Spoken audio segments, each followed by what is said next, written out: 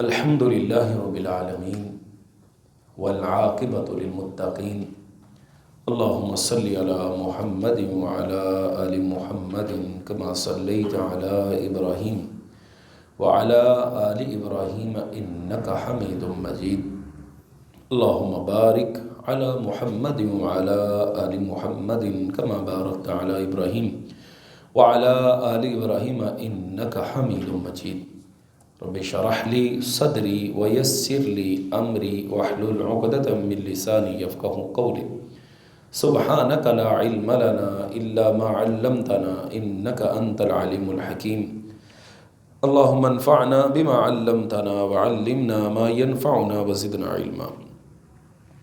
کتاب صدقہ فطر کے بارے میں۔ صدقہ فطر ہجرت کے دوسرے سال رمضان المبارک میں عید الفطر سے 2 دن پہلے فرض ہوا ہے۔ روزے بھی سن 2 ہجری کے اندر فرض ہوئے ہیں، تو اس کے ساتھ ہی صدقہ فطر ہے۔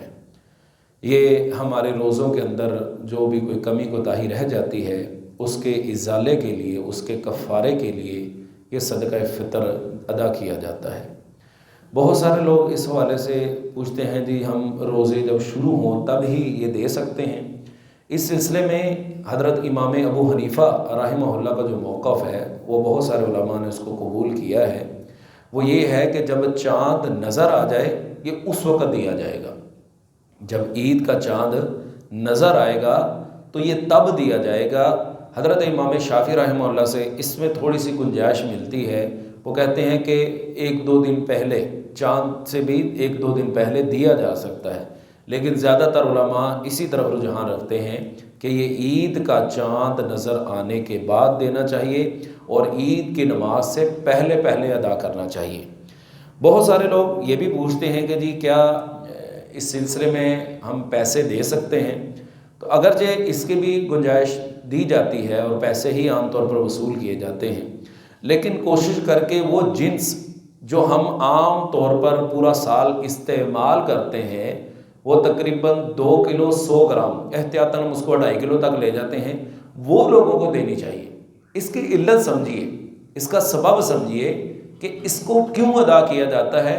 ایک تو روزوں کا کفارہ ہے، دوسرا اس کی حکمت یہ ہے، نبی کریم صلی اللہ علیہ وسلم نے فرمایا طعمۃ للمساکین اغنوہم عن الطواف اليوم، ان کو آج کے دن چکر لگانے سے غنی کر دو، بے نیاز کر دو۔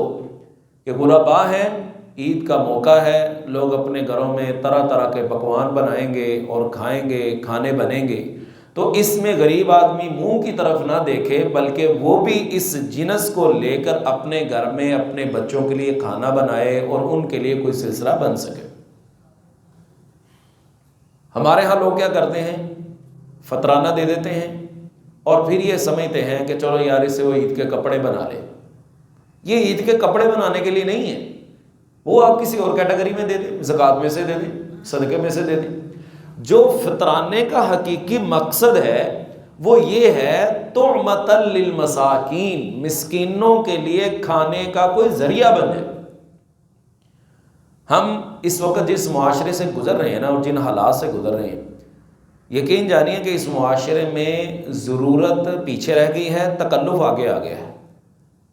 یعنی آپ اگر کسی انسان کی کوئی ہیلپ کرتے ہیں نا، اس کے ساتھ تعاون کرتے ہیں، اس کی بنیادی ضرورت کیا ہے؟ روٹی، کھانا، یہ اس کی بنیادی ضرورت۔ اگر اس کے بعد لباس موجود ہے تو اسے لباس کی فی الوقت ضرورت نہیں، اسے اصل میں راشن کی ضرورت ہے جس سے زندگی کا نظام چل سکے۔ لیکن ہوتا کیا ہے کہ آپ جب کسی کی مدد کرتے ہیں نا، تو وہ سب سے پہلے اپنا موبائل چینج کرتا ہے۔ جوتے اس کے پاس موجود ہیں، وہ نئے جوتے لینے چلے جاتا ہے، وہ کپڑے لینے چلے جاتا ہے۔ جو اس کی ضرورت ہے وہ پیچھے ہو گئی ہے اور تکلف آگے آ گیا۔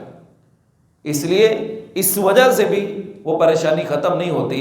انسان کی بنیادی ضرورت اس کی خوراک ہے، اور بھوک، اللہ معاف فرمائے، نبی کریم صلی اللہ علیہ وسلم نے فرمایا کہ یہ تو انسان کو اس کا دین چھوڑنے پر بھی مجبور کر دیتی ہے۔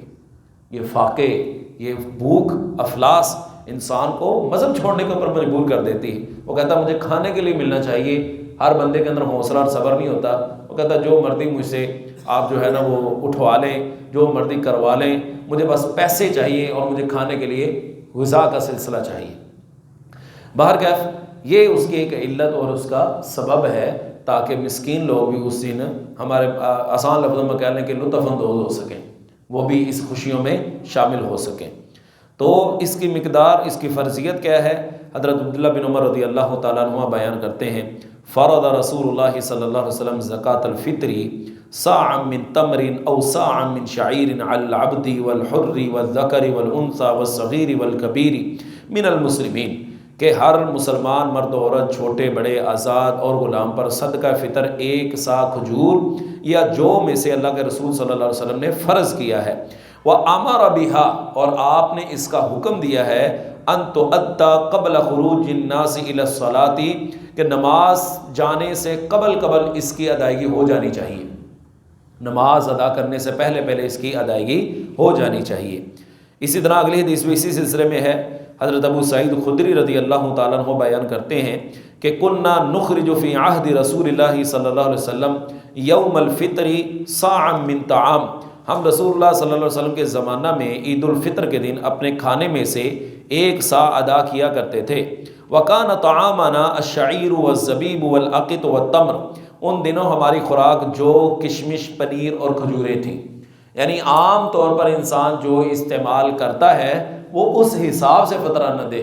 اب سیال کوٹی لوگ تو چاول کھاتے ہیں جی عام روٹین میں، تو وہ چاولوں کے حساب سے دے دیں، جو گندم روٹین وائز کھاتے ہیں وہ گندم دے دیں، جو کھجوریں کھاتے ہیں وہ کھجور کے حساب سے دے دیں، تو جو بھی آپ کی روٹین ورک ہے۔ ہاں اگر آپ اپنی خوشی سے روٹین ورک کا جو استعمال کرتے ہیں اس کے علاوہ دینا چاہتے ہیں تو تب بھی آپ کی خوشی، کم از کم اتنا ہے، اس سے آگے جو آپ بڑھ چڑھ کر دینا چاہیں وہ دے سکتے ہیں۔